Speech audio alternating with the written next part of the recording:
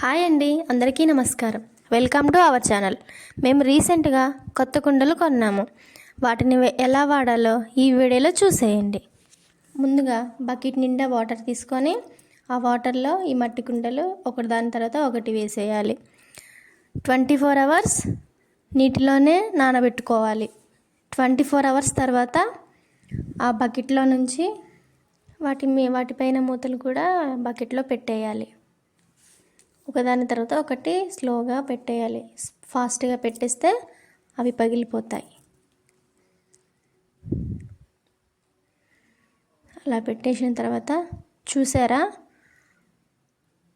ఆ మట్టి కుండలు అనేవి నీటిని ఎలా పీల్చుకుంటున్నారో అవి చూడండి బుడగలు ఎలా వస్తున్నాయో. రీసెంట్గా మొన్న ఒక బ్యాడ్ ఇన్సిడెంట్ జరిగిందండి. మేము కొన్న మట్టి కుండ పగిలిపోయింది. నేను అర్జెంటుగా అక్కకి కాల్ చేసి జరిగిందంతా చెప్తే అక్క వెంటనే రిటర్న్ రామ్మ, నీకు వేరేది ఇస్తా అని చెప్పింది. అక్క చాలా మంచిది కదండి. ఈ విధంగా గంజినీళ్ళు 2 కుండల్లో పోసుకొని మరగనివ్వాలి. గుర్తుపెట్టుకోండి, గ్యాస్ అనేది లో ఫ్లేమ్లోనే పెట్టుకొని మరిగించుకోవాలి. ఎందుకంటే హై ఫ్లేమ్లో పెట్టుకోవడం వల్ల మాది ఆ కుండ పగిలిపోయిందిగా, అందుకనే లో ఫ్లేమ్లో పెట్టుకొని మరిగించుకోవాలి. మనం వండుకున్నప్పుడు కానీ ఇక మట్టి కుండలంటే మట్టి వాసనే వస్తుంది కదా, అలా రాకుండా ఉండాలంటే ఇలా బియ్యం నీటితో మరిగించుకుంటే మట్టి వాసన అనేది అస్సలు రాదండి. ఈ మరిగించిన నీటిని పారబోసుకోవాలి. పారబోసుకున్న తర్వాత చల్లారిన తర్వాత ఆయిల్ అనేది అప్లై చేసుకోవాలి. నేనైతే క్లాత్తో అప్లై చేస్తున్నా. ఇలా క్లాత్తో ఆయిల్ అప్లై చేయడం వలన కుండలు అనేవి ఎక్కువ కాలం ఉంటాయి, చాలా గట్టిగా కూడా ఉంటాయి.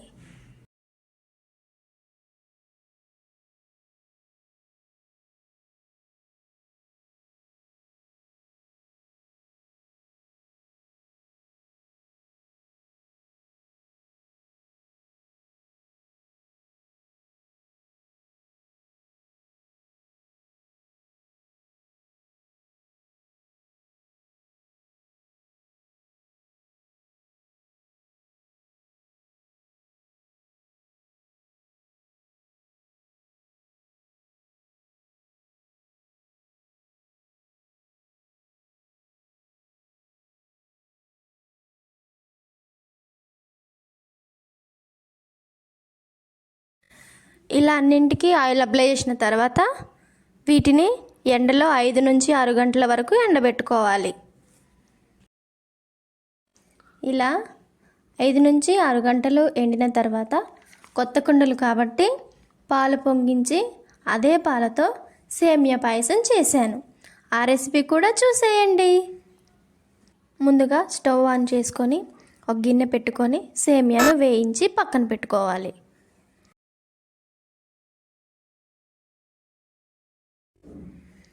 తర్వాత కుండలో పాలు పోసుకొని స్టవ్ మీద పెట్టుకోవాలి.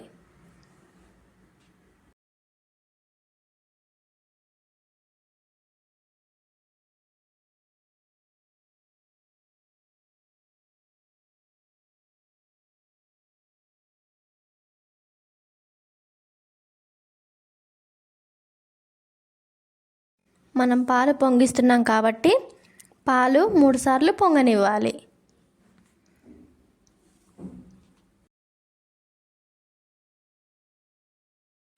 పాలు 3 సార్లు పొంగిన తర్వాత వేయించి పక్కన పెట్టుకున్న సేమియాని యాడ్ చేయాలి. ఇలా తిప్పుకుంటూ 2 నుంచి 3 నిమిషాల వరకు ఉడికించుకోవాలి.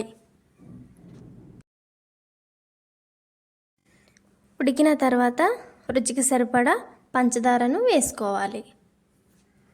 సన్నగా తరిగిన కొబ్బరి ముక్కలు, కిస్మిస్లు, బాదం పప్పు, 2-3 యాలకులు వేసుకొని గంటెతో తిప్పుకోవాలి.